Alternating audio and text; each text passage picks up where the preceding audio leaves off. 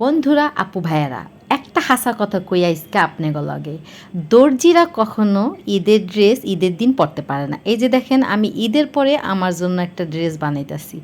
আমি আগে কত কত কাজ নিছি, মানুষের অর্ডার নিছি, আর এখন কারো অর্ডার নিই না, কোনো কাজই করি না। তারপরও আমার নিজের জামা বানাইতেই আমার লেট হয়ে যায়। ঈদের পরে আমি নিজের জামা বানাই। এই যে দেখতে পাচ্ছেন একটা সুতির ড্রেস লেস লাগাইয়া বানাইতাছি। তো গাইস, আপনারা হয়তো ভাবতেছেন যে আমি ঈদের মধ্যে শুধু একটা সুতির ড্রেসই নিছি। না, শুধু একটা সুতির ড্রেস নেই নেই, এই যে দেখেন ফ্যাশন ওয়ার্ল্ডের থেকে আমি একটা পাকিস্তানি থ্রি পিস নিছি। এই থ্রি পিসটা কিন্তু অনেক সুন্দর, পুরো থ্রি পিসটাই কাজে ভরপুর। ওড়নাটা পুরোটাই এম্ব্রয়ডারির কাজ করা। থ্রি পিসটা হচ্ছে পেঁয়াজ কালারের, আর প্যান্টের বর্ডারটায়ও কাজ করা আছে। আর এই ড্রেসটা কিন্তু রেডিমেড বানানো, সেলাই করা, আমাকে আর কষ্ট করে সেলাই করতে হবে না। তো আমি কষ্টের সুরে জানি যে আমি ঈদের আগে ড্রেস বানাইতে পারবো না, কারণ টেইলার্সেরদের কোনো দিনও ঈদ হয় না।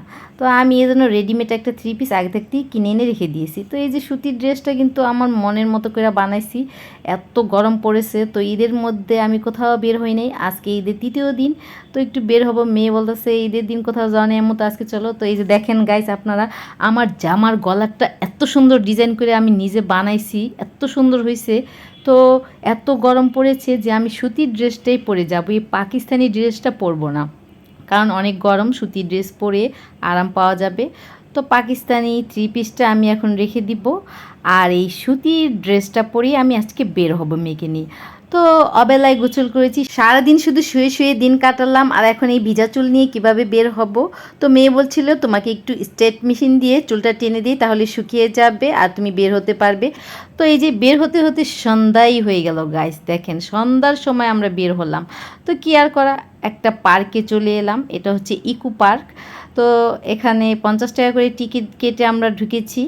দেখেন সন্ধ্যাবেলা এত এত পরিমাণ ভিড়, অনেক লোকজন। ঈদের তৃতীয় দিনেও এই পার্কে এত ভিড়, কী আর করবে মানুষ, আর কোথায় যাবে বলেন। বাচ্চা কাচ্চা নিয়ে একটু পার্কের ভিতরেই তো ঘুরতে আসে ঈদের সময়। এখানে অনেক রাইড আছে, তো রাইডগুলো দেখলেই আমার যে ভীষণ ভয় লাগে। রাইডে তো আমি আর কখনোই উঠবো না, একবার উঠেই আমার শিক্ষা হয়ে গেছে। এই রাইডগুলো দেখলে আমার অনেক ভয় লাগে। এইসব রাইডের নামও আমি জানি না। দেখেন বন্ধুরা, এই রাইডগুলো কিভাবে চলে দেখলেই আমার মাথা ঘোরায়। রাইডের উপরে উঠলে তো আমি শেষ, একেবারে আমার কলিজা চিবি খেয়ে থাকে। আমি একবার নৌকা রাইডে উঠছিলাম, তো তখন আমার যে কী ভয় লাগছে, আমার কলিজা চিবি খেয়া ছিল। তো এই যে দেখেন সন্ধ্যাবেলাও অনেক অনেক পরিমাণ ভিড়, এখানে লোকজন বসে আছে, অনেক কিছু খাওয়া দাওয়া করছে, পার্কে নিরিবিলি সময় কাটাচ্ছে বাচ্চা কাচ্চাদের নিয়ে।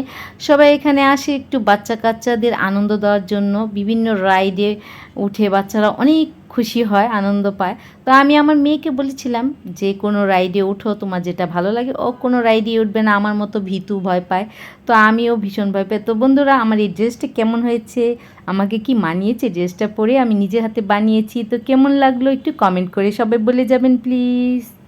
এই সুতির ড্রেসটা পরে আমারও খুব ভাল লাগছিল, খুবই কমফোর্টেবল ফিল করছিলাম। এই তো আরেকটা রাইডে চলে এলাম বন্ধুরা তোমাদেরকে দেখাতে। এই রাইডের নাম হচ্ছে রোলার কোস্টার। এই রোলার কোস্টারে মেয়েকে উঠতে বলেছিলাম, মেয়ে ভয় পাচ্ছে, উঠবে না। আমি কিন্তু উঠতে চাইছিলাম।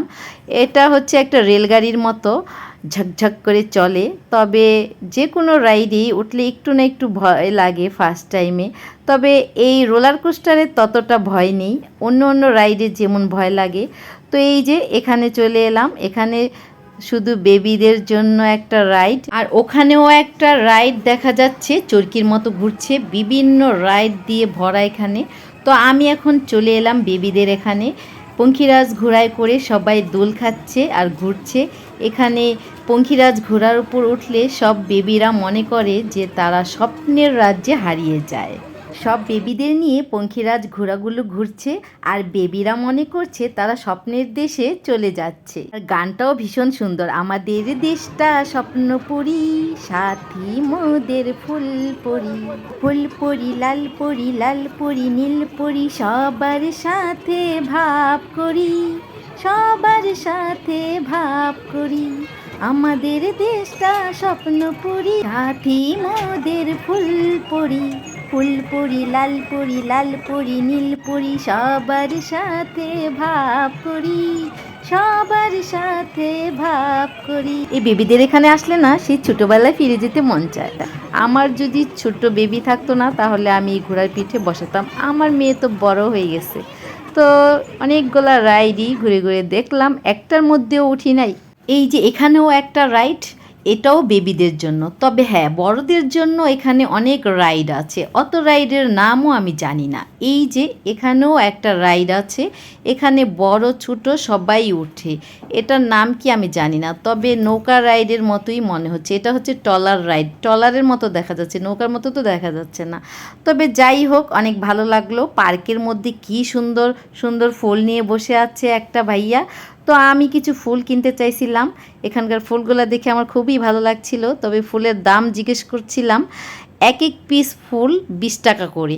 আমি বলছিলাম যে একটু কম হবে না, তো উনি বলছিলেন না কম হবে না, 20 টাকা করেই। এক এক পিস ফুল আমি 15 টাকা করে বলেছিলাম, দেবে না, তো রেখে দিলাম। তো ফুলগুলো কিন্তু অনেক সুন্দর ছিল, তবে আমি নিই নাই, চলে আসলাম। তো আজ এই পর্যন্তই বন্ধুরা, এখন বাসায় চলে যাব, রাত হয়ে যাচ্ছে। এখন বাসায় চলে যাচ্ছি। সবাইকে ঈদের শুভেচ্ছা, ঈদ মোবারক। সবার ঈদ কেমন কাটলো অবশ্যই কমেন্টে বলে যাবেন। তো আজ এই পর্যন্তই, ভালো থাকবেন সবাই, আবারও দেখা হবে, আল্লাহ হাফেজ।